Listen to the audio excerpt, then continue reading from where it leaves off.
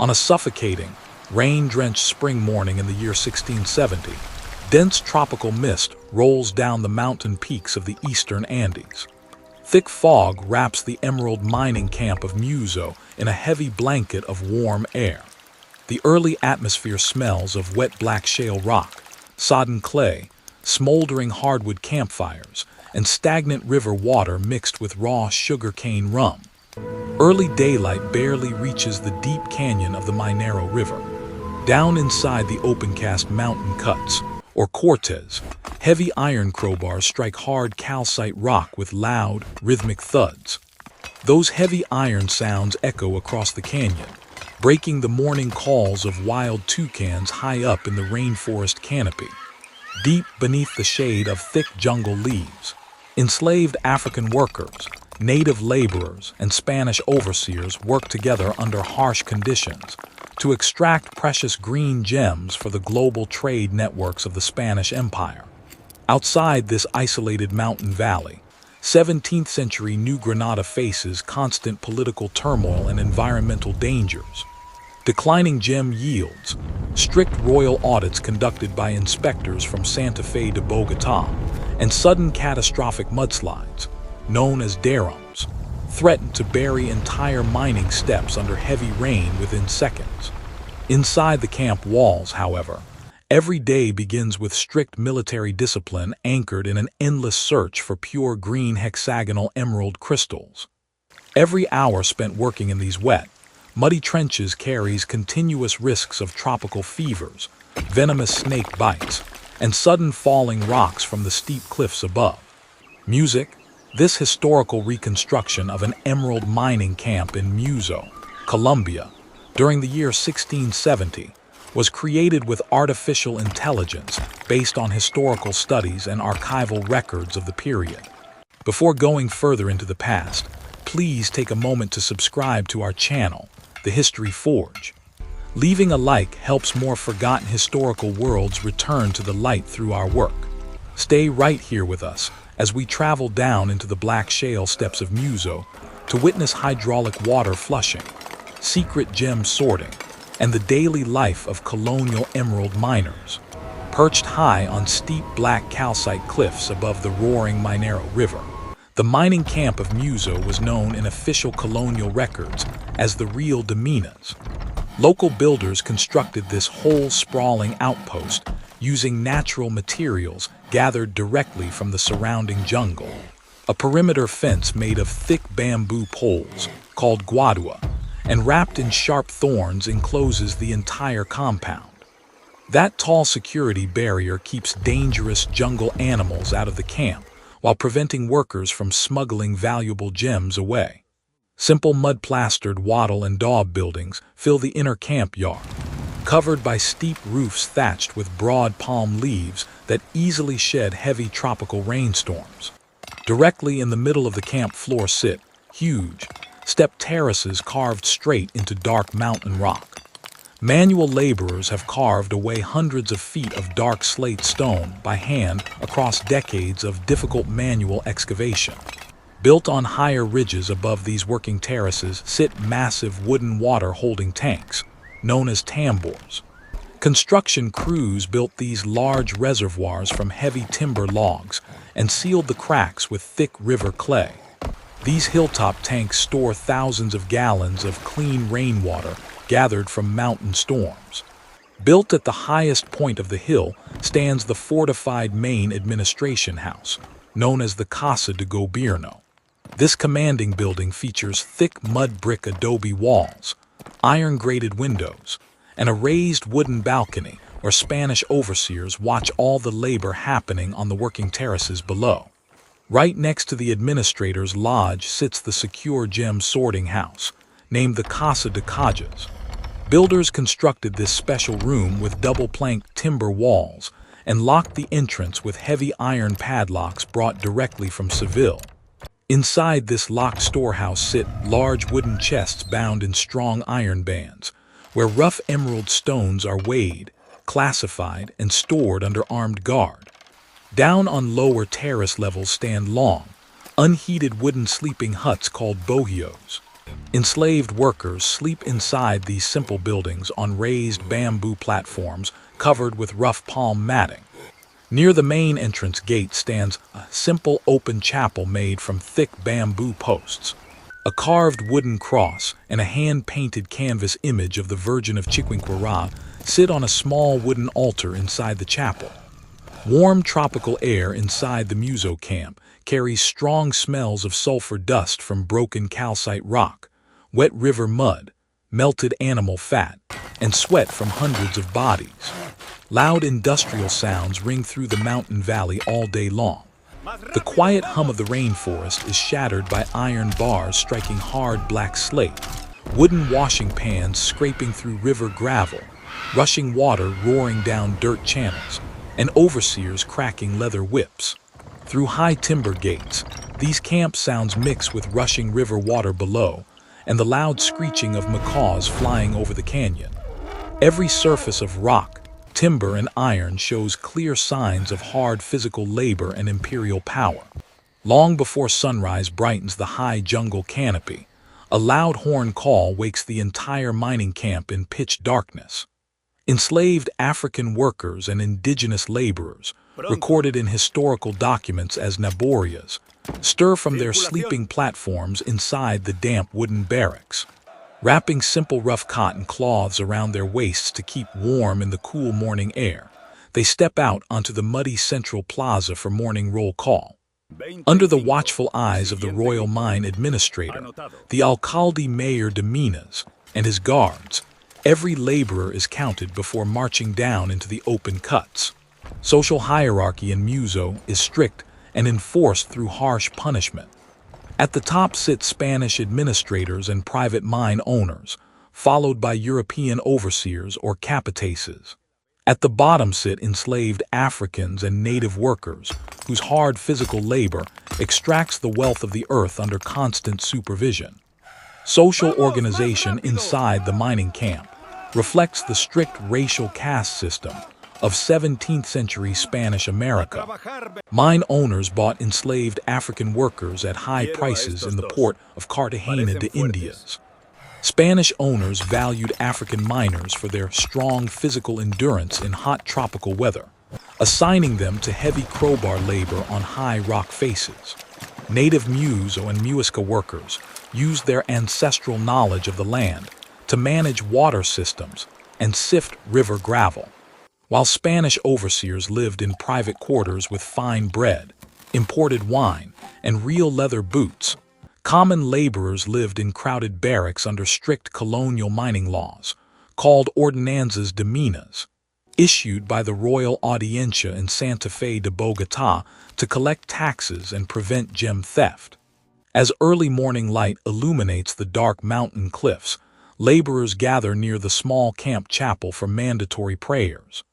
A visiting Franciscan friar leads short devotions, asking for divine protection against dangerous rock slides and poisonous snake bites. Clothes worn for work in the muddy mine cuts are basic and practical. Enslaved miners wear simple loose shorts made from rough cotton cloth, called calzones de lienzo, leaving their torsos bare to handle hot humidity.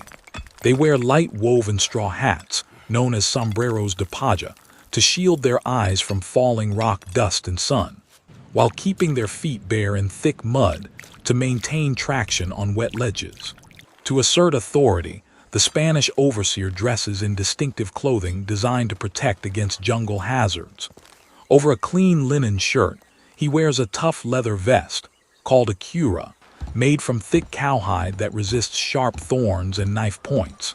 He wears a wide felt hat and durable wool trousers tucked into tall leather riding boots, or botas de montante, fitted with iron spurs. Around his waist hangs a broad leather belt carrying a sharp steel rapier sword, a steel dagger, and a short leather whip. The mine administrator wears a dark wool coat with shiny silver buttons, holding a wooden walking stick of office, and a leather record book where gem catches and worker names are recorded. Breakfast in the camp is served around 6 o'clock near outdoor cookhouse fires built near the riverbank. This simple, High-calorie meal provides rich energy to help workers endure long hours of hard physical labor in the hot sun. Miners receive wooden bowls filled with boiled cassava root, or yuca, cooked plantains, and dried salted beef strips, known as tasajo, brought inland from lowland cattle ranches. They eat thick round cornmeal cakes, called arepas, baked on hot clay plates, drinking large wooden cups of warm aguapanela, a sweet drink made by melting raw sugarcane blocks, or panela, in boiling water. Workers save leftover corn husks and food scraps to feed camp livestock. Sustaining this remote emerald mine requires extensive transport operations across steep mountain paths and river networks. Pack mules carry essential food items like corn, beans, and raw sugarcane, blocks down dangerous trails from farming towns in high Andean valleys. Salt for preserving meat travels from the ancient rock salt mines of Zipaquirá. Heavy iron tools, including crowbars, picks, sledgehammers, and steel chisels, are shipped from factories in Spain, carried across the Atlantic Ocean to Cartagena, moved up the Magdalena River on wooden barges, and carried inland on human backs over jungle trails. Salted fish arrives from coastal rivers, while gunpowder for breaking rock is strictly rationed by royal officers in Bogotá to prevent illegal mining. By mid-morning, work inside open mountain cuts reaches its highest level of danger and physical intensity. On narrow high steps, teams of miners swing 60-pound iron crowbars, known as barretas, into soft black shale layers to find white calcite veins. Working hundreds of feet above the canyon floor, they break away tons of loose rock in search of green crystal pockets. Spanish overseers stand on wooden platforms above the cuts, watching every movement of the crowbars to make sure no worker hides loose emeralds in their hair, mouth, or clothing during excavation. Every crowbar strike requires great physical strength under the hot sun. Once miners loosen a large section of rock face, they execute the dramatic hydraulic water flushing method used in Muzo emerald mining. Overseers standing on the high-ridge open wooden sluice gates of the hilltop Tamber water reservoirs. Thousands of gallons of stored rainwater rush down artificial dirt channels, sweeping away tons of loose black mud, gravel, and shattered shale down to the valley floor like a roaring mud avalanche. This hydraulic wash leaves behind clean layers of deep calcite veins, exposing delicate green emerald crystals trapped in soft white rock structures. Following the water flush, specialized gravel sifters, known as lavadors, step directly into muddy water channels carrying broad wooden pans called badias. Working knee-deep in cold mountain water, they scoop up dark shale gravel and swirl the pan with steady circular movements to wash away lighter mud and silt. As dark gravel settles at the bottom of the wooden pan, the sifter watches carefully for the brilliant, deep green flash of hexagonal emerald crystals, valuable stones known in trade records as Esmeralda's Gota do Acete, famous worldwide for their flawless color and rich clarity in sunlight. Spotting a rich gem-bearing calcite pocket calls for the immediate presence of the master overseer. Using fine brass chisels and small horn scoops, the overseer carefully frees delicate green crystals from host rock without cracking gem structures. Raw emeralds go directly into a locked leather pouch carried by the administrator, who writes down the weight, color, and location of the find in his official mine registry book, before armed guards carry the pouch to the secure sorting house. Inside the secure Casa de Cajas, royal clerks organize and classify raw green stones under the watch of armed guards. Clerks separate emeralds by size, color intensity, and structural purity, sorting them into top royal gems, medium commercial stones, and lower matrix rock. Workers pack top-grade gems into small wooden boxes sealed with red Spanish wax. These sealed boxes travel under heavy military escort to Bogotá, before shipping across the ocean to royal jewelers in European cities like Madrid and Seville, as well as wealthy courts in Mughal India, where Colombian emeralds command high prices. While heavy mining dominates rock terraces, secondary camp trades support daily operations and community life. Blacksmiths work at glowing forge fires to repair broken iron barrettas, sharpen dull pick tips, and make heavy iron bands for water sluices. Carpenters build replacement wooden sluice gates and sturdy timber supports for unstable terrace cuts. In the camp kitchen, cooks prepare evening meals in giant copper cauldrons, while herbalists gather wild jungle plants to treat worker injuries, tropical fevers, and snake bites. Every trade is necessary to maintain continuous gem production. Before returning to the upper camp plaza at dusk, every single laborer undergoes a thorough physical search at the main timber check gates. Work inside the open cuts comes to a complete stop as daylight fades rapidly over the mountains. Overseers carefully inspect workers' hands, mouths, hair, and clothing to make sure no small emeralds leave the cortez. Cleared workers march up to the central yard, where all iron tools are counted and locked away in the storage room before the evening meal is served. Supper in the camp includes thick corn and pumpkin soup, boiled plantains, stewed goat meat, and fresh flatbread. Following the meal, as oil torches flicker against mud walls, workers gather near their sleeping huts to rest. Enslaved miners play hand drums made from hollow logs and animal skins, singing quiet songs about their African homelands, while native workers chew dried coca leaves with lime powder, or mambio, to soothe physical tiredness.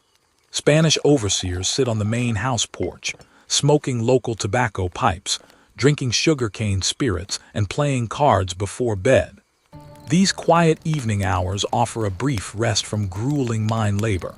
Night falling over the Muzo Canyon brings tense darkness and silence to the mining camp. Watchmen lock heavy timber gates and patrol the perimeter fence with loaded muskets to guard against gem thieves and escaped workers. Outside the walls, heavy tropical rain falls onto palm roofs, and the roar of the Minero River echoes through the dark canyon. Inside the locked Casa de Cajas, heavy iron chests hold thousands of carats of raw green emeralds, waiting for their long journey across oceans to global royal courts. Yet the brutal colonial system of 17th-century Muzo would eventually change over historical time. While the mine camp of 1670 represented the height of Spanish imperial exploitation, later centuries brought major historical transformations. Independence wars in the 19th century ended Spanish royal monopolies, while labor reforms abolished slavery across Colombia. Modern underground shaft mining eventually replaced open-cast terrace washing, bringing powered industrial machinery and safety regulations to the ancient Green Mountains. Today, the historical legacy of Muzo's 17th-century emerald mines lives on through archival documents and museum treasures around the world. Colonial mining ledgers preserved in Spanish historical archives, spectacular emerald-studded religious monstrances in Bogotá cathedrals, and historic gem collections in European museums stand as lasting proof of the extraordinary human labor and skill present in 1670. Across more than 3 centuries, these bright green crystals remain enduring symbols of an era when human labor and geological wonder met in the wild heart of Colombia.